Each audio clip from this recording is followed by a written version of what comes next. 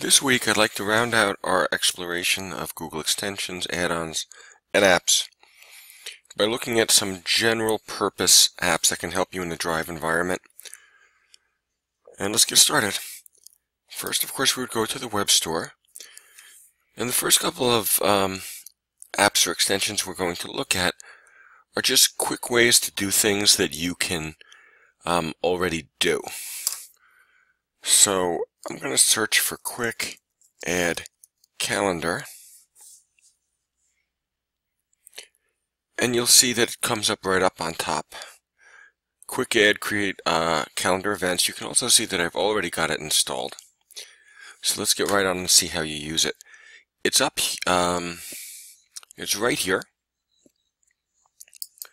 And when I click on it, I can add directly to my calendar. Now the trick here is to know what to type in. So I'm going to say practice event 3 p.m. to 5 p.m. Let's make this 11, 14, 16, and say add. Okay, so it's going to bring me here. You can see it's 11:14, 3 p.m. to 5 p.m. practice event. So it's got everything I need here.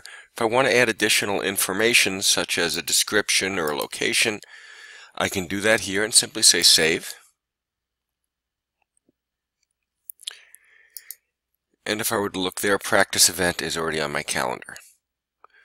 Okay, so it basically saves you the trouble of having to open up your calendar in order to add an event. And that may seem like a small thing, but honestly, I don't believe it is. There's a lot of times things come up and I just quickly want to get something on the calendar, and saving those couple of clicks is satisfying, if nothing else. Okay, let's go back to web apps for a second. And what I'm going to look for now, I'm going to do a search for quick create. And you'll see there's another that I've added. There's two here that do the same job. This is rated a little higher, and from my experience it works very, very well. So Google Docs Quick Create. And you can see that it is installed up here. It has the same symbol as this. So when I click on it, basically it's just going to allow me to create a new document, spreadsheet, presentation, drawing, or form right from the main toolbar. So if I'm used to working in Google Docs a lot, it again saves me the trouble of needing to go in and to get into Docs before I start working. Now, beware that you are going to have to be logged in somewhere. So many of us are logged into Google account all the time, but it is going to revert to the Google account that you are logged into at this time. Also, if I were to save it right now, or if I were to close it right now, rather, let me just get out to Drive here.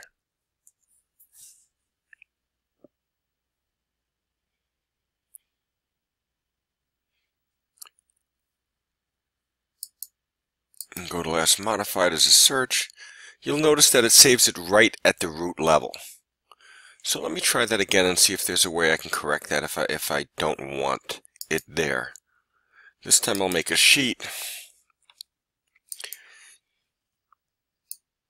and I'll call it sample sheet. But before I close this, right from within Sheets, I can do a move to. This can be a tad confusing because I don't want to actually click on my drive. That's just going to open up my drive. What I want to click on is move this item. Okay, and then I can mouse over, go to my drive. Let's just put it in that Intech folder. Another thing is I can't just click on the folder. I do have to come over and click on the little caret or arrow that appears on the right, and then I can move it there. So in that case, I wouldn't have needed to even open Drive. There it is, sample sheet. Okay, I'm going to delete that before we move on to our next application. Now I'd like to go back to the store and search for something called Notes for Google Drive. You can see here's the icon. It's already been installed up in the upper right hand corner. And this is a very simple application that lets you make notes for yourself on the fly. So it's an organizational tool, but what these three tools have in common is the quick access to the Google space right from that toolbar. So if I click here, you'll see I don't have any notes yet, but if I click the pencil, I'm starting a note. So this will be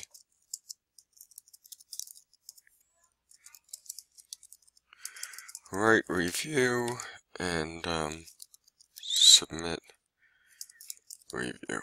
Okay, so I've written some notes to myself. I have some very simple formatting things that I can do to this. So I could make it bold, I could make it italics. Under color, I could set the foreground color. So here I'll make it kind of a purplish, you can see. And I can also set the background color, so give it more or less a highlight if I wanted. I can turn it into a numbered, bulleted list or a numbered list or no list at all. And note that it takes the name of the note from the first line of the text. So what I'd like to do is ensure that the first line is actually the title that I want to appear on a note. Now if I needed a second note,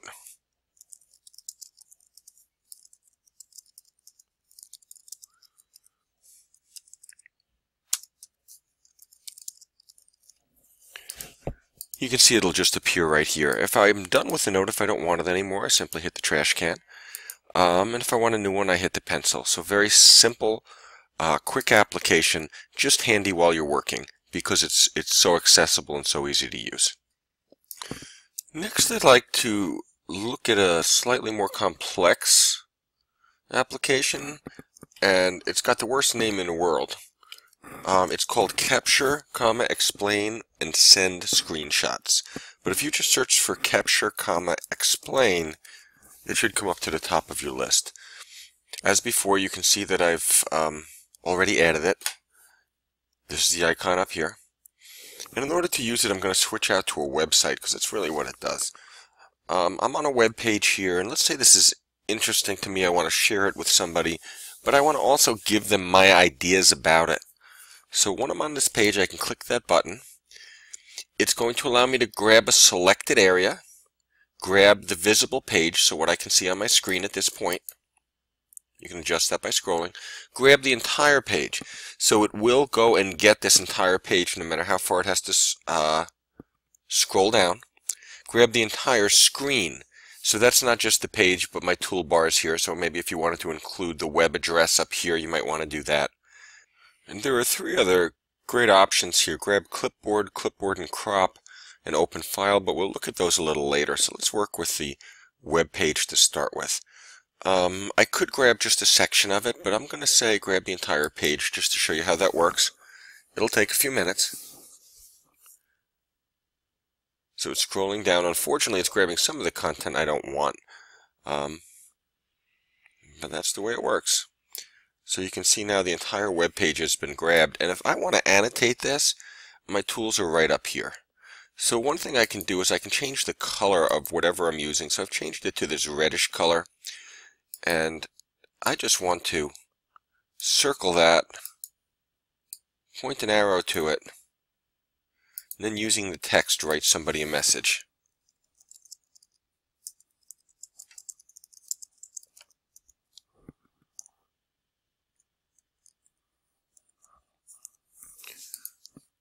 Okay, you can see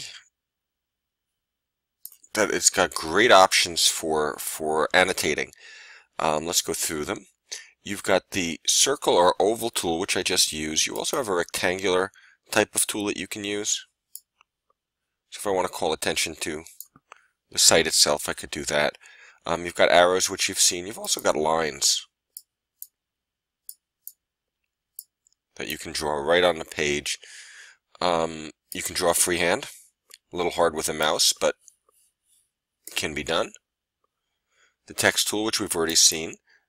And you see when you click on each tool, you'll get the options. So here's the font I can use, the size, and whether it's transparent or white, black, none, semi-transparent.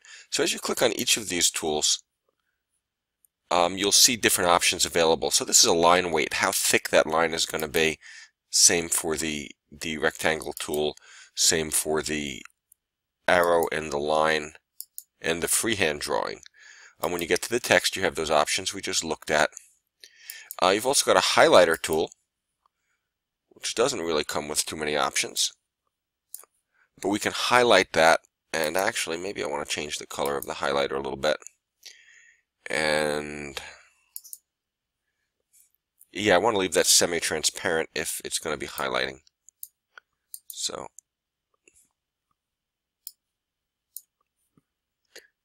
sorry, highlighter.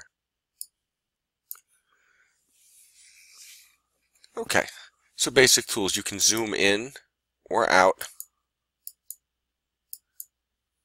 if it makes it easier for you to do your work. Of course, this is now an image, so the text and the pictures will tend to get a little more blurry if you're not at the proper zoom. Also, there is an undo key here and a redo key. So the undo key that I just used got rid of that last highlight, so I can get rid of my work using these, or I could just restart, and that's going to bring me back to my original image. Now, some tools we haven't looked at yet that are available to you here. There's the crop tool.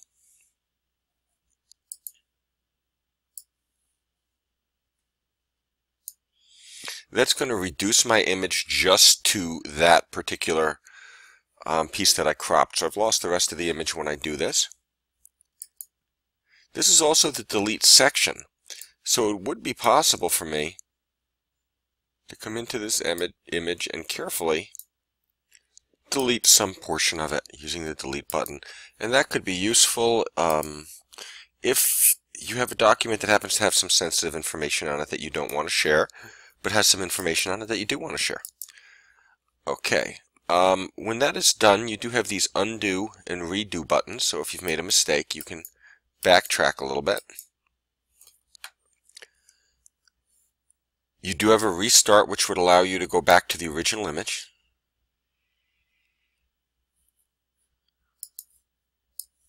So there you go. And when you're done, you simply click Done, and it gives you various options. Now, some of these options are easier to use than others. Explanations do exist in how to use them, so I could simply just download it. Now I'm going to get this as a JPEG, so a picture file, and I can put it on my computer anywhere I want. I can save to drive, so if I click this, it's going to ask me to install this other extension, but then I'll be able to install directly into Drive as long as I'm logged in. It's going to allow me to copy the picture, and copying isn't really a function of itself, it's a set of explanations. So you're going to hit copy image and then Control V into an email or social media. If you do want a link, you can say I prefer a link to this, and it's going to take you to more instructions. Upload. Alright, so you want to upload here. It's going to recommend that you don't actually use this message in a second, but that it's going to upload to this imgur.com and get you a link there, if that's what you want. Personally, I would usually either save it to Drive or save it to my computer. There is an option to open it directly in Pixlr, which is an online editing software, free and ad supported, and you can pay for the pro version to remove the ads. And that gives you more capabilities of what you can edit on the image if you really want. And the sharing is somewhat limited. What they're basically saying is to copy the image and then paste it into social media, etc. I have to believe that perhaps they're looking to build out this functionality later, but it's not currently available. There's also a PDF option. Click the Open button, go to Chrome, Print, and Save. So they're using Chrome there to create this as a PDF, if that's what you want. Okay, you can also return using this arrow to the edit. So if you've said you're done, but you realize that there's some other edit you want to make, you can go back here and continue to make edits. And I'd say those are the basics for Capture, Explain, and Send screenshots. Nice little tool. I hope you find it useful. The next extension I'd like to look at is something called Checker Plus. Great little tool.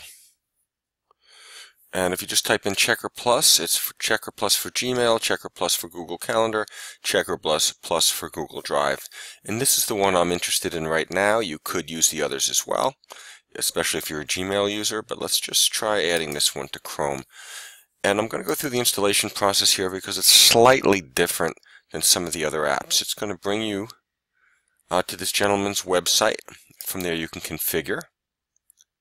You're going to have to grant access, of course, to your drive. View and manage files in your drive is the permission it's asking for. There are some options down here. This is the icon that will display in the toolbar. There's some options to change these things, but anything that's grayed out, if you go to change it, a little message will pop up and ask you to possibly contribute to the site. There's a free application. But of course, with all of these things, there's a lot of time and effort that goes into developing them. So that's what will happen. I'm going to keep the defaults right now. And I'm basically going to start using it. So I'm going to close these up. By clicking on that folder, it's simply going to open up my drive and allow me in this window now to browse through the contents. And if I wanted to do, I could add that, open that right from there. So basically, what that application does is it saves you the trouble of going over to Google Drive and opening it up. You do have to be logged in. And that's it. Similar to a lot of these tools, it's just a quicker way to get there, which if you use these things a lot, adds up. It does save you some time. Okay, in the same vein, we're going to search for something called Quick Drive. Another application, there it is right there. You can see that I've added it. And it's another way to access your drive quickly, but the format is just different. So in this case, instead of showing your drive to browse through, it's going to allow you to search for it. So yeah, let me search for sample. You can see that I've done that recently.